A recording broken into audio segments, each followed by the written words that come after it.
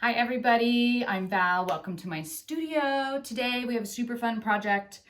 Last summer printed, I guess it was last spring, I printed up 1.5 yards of a whole bunch of my blocks and I cut them into prayer flags, and we decided they'd be kind of fun and that everybody needs some love like that. So we decided to digitally get them printed.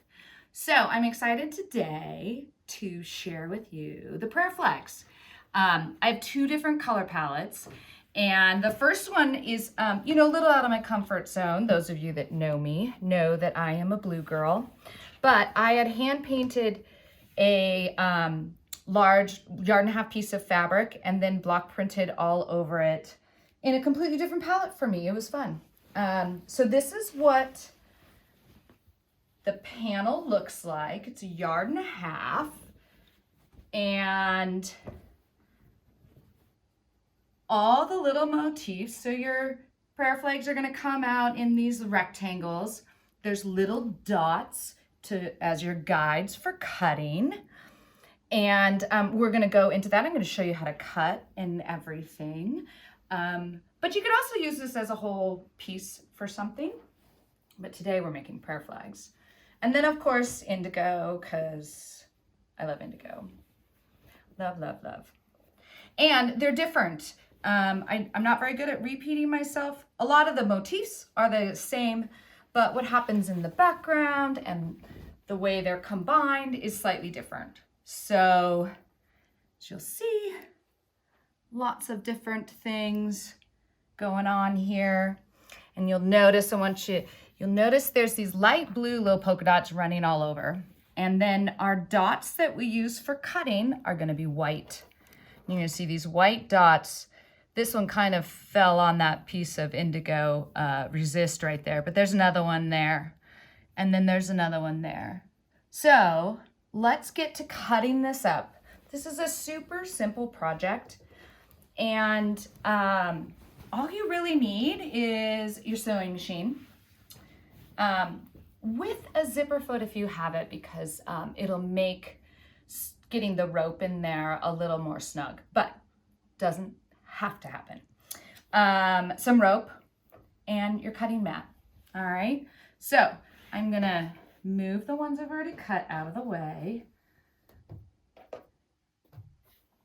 I usually use a bigger mat, but for this demo, we're gonna use this. I am left-handed, so you'll get to see it from that side. Just think of me as your mirror if you're right-handed. As you can see, there's you can see the edge of where my panel actually was, and then there's these dots, right?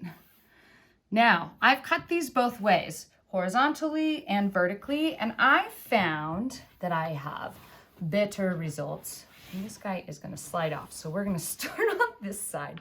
I have better results when I cut vertically. And sometimes I can't talk and concentrate at the same time.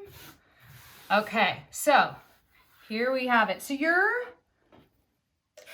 flags are approximately, I say approximately because in the process of printing and all that stuff, things sometimes tweak and shift, right? But they are approximately 7.5 wide. All right, that one's about 7.75, but they're approximate. And remember, these aren't being sewn together, by about 10.5. 7.5 by 10.5. So you can also just cut an edge and cut strips. They're 7.5 inch wide, 10.5 inches long. But we're gonna use the little dots. So what I do is I'm gonna come in and I'm gonna line up, you can see my table's a little warped, the dots about in the middle. And the reason being is you want to have a little bit of that dot left over for when you cut the 10.5 amount. I also like to make sure I'm fairly even with the really subtle line there.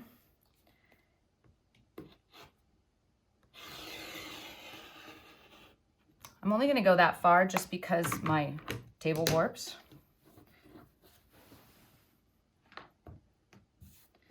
There we go. And there's another dot up there, and there's one right there. I line up at least part of it here. There. And you'll see, like, this guy doesn't even come over there. So we'll scooch it over just a smidgen. There we go.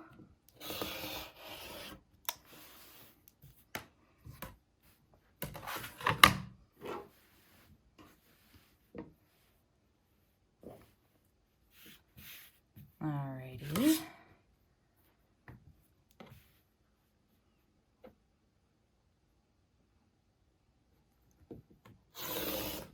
All right, that side cut off, and now I'm gonna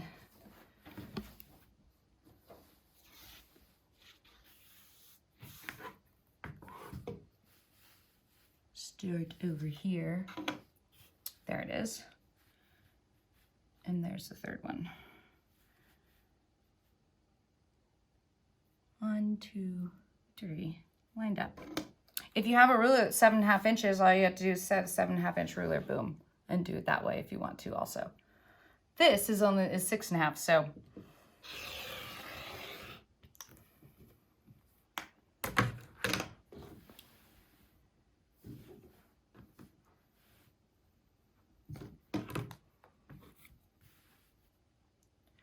Here we are lining up our dots. There's one there, and there's that one there.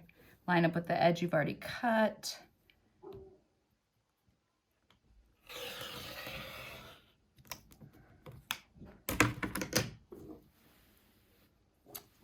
Here we go. Shh. My dog's in the studio, and someone outside is barking, and so she thinks that she has to contribute. So I apologize if you hear a dog bark in the background. This is what happens when your studio's in your house. All right, so I would cut out all my rows, right? And now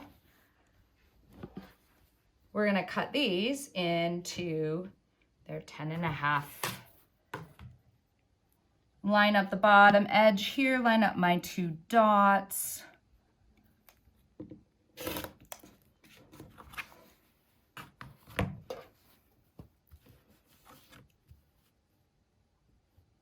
More than anything, as long as I have this edge lined up on the bottom and or the top and in the middle of one dot, it's gonna be fine because you're making your pretty little rectangle. Little mushrooms. All right, here's this one.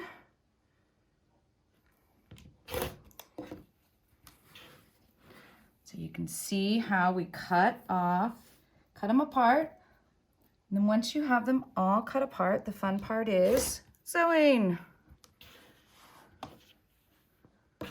Obviously, I probably should have pressed this before we started cutting, but that's all right. And there we go. So you're gonna continue, and then I like to line them up. If you notice on this, a lot, my printing, I purposefully printed down here and left space up here because your rope's gonna go up here, right? And then you see your kitties. And your kitties are going right side up. So, all right, we are going to now sew. Okay, let's get sewing. We have all our little guys cut. They're all in the order that we know this is the top, right? Or however you want to do it, but just keep them all in the same order so you can change stitch and go really fast. We have rope, and usually don't use this whole thing, but it really depends on how far apart you want your flags to be.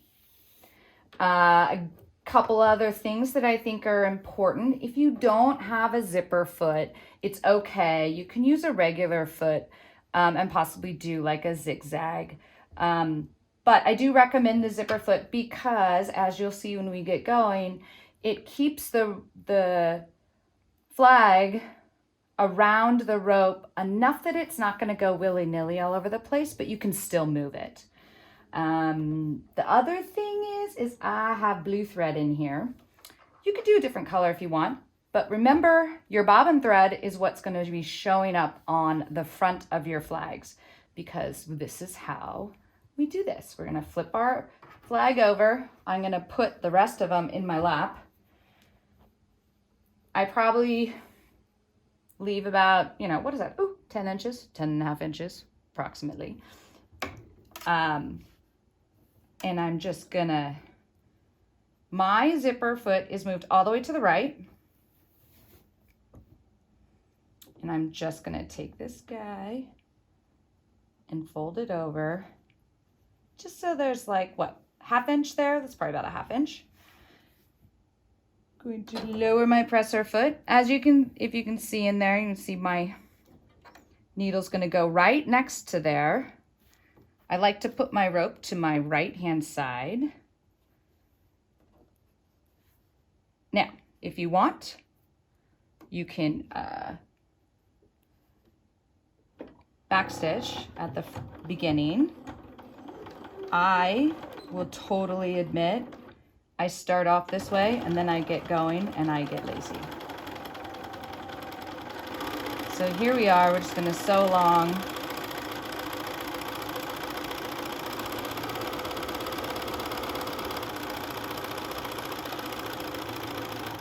Into the end, back stitch. Now, rather than starting and stopping and cutting your thread every time, this is called chain stitching. And you're just gonna wrap this next one along. Butt it right up there, because what we'll do is we'll come back and we'll cut all those threads.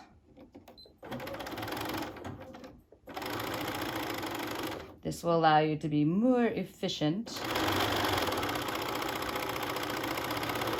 as you sew them along.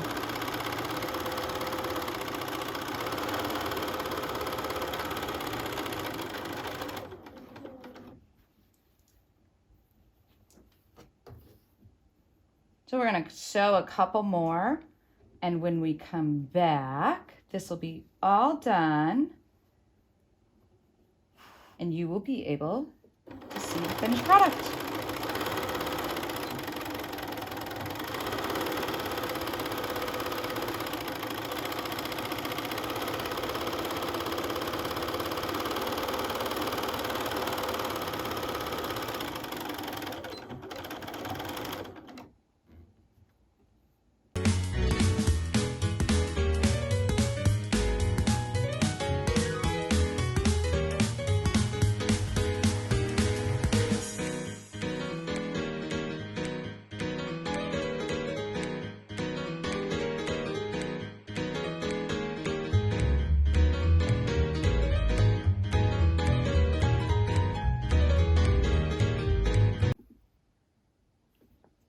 Okay, we're all sewn, right?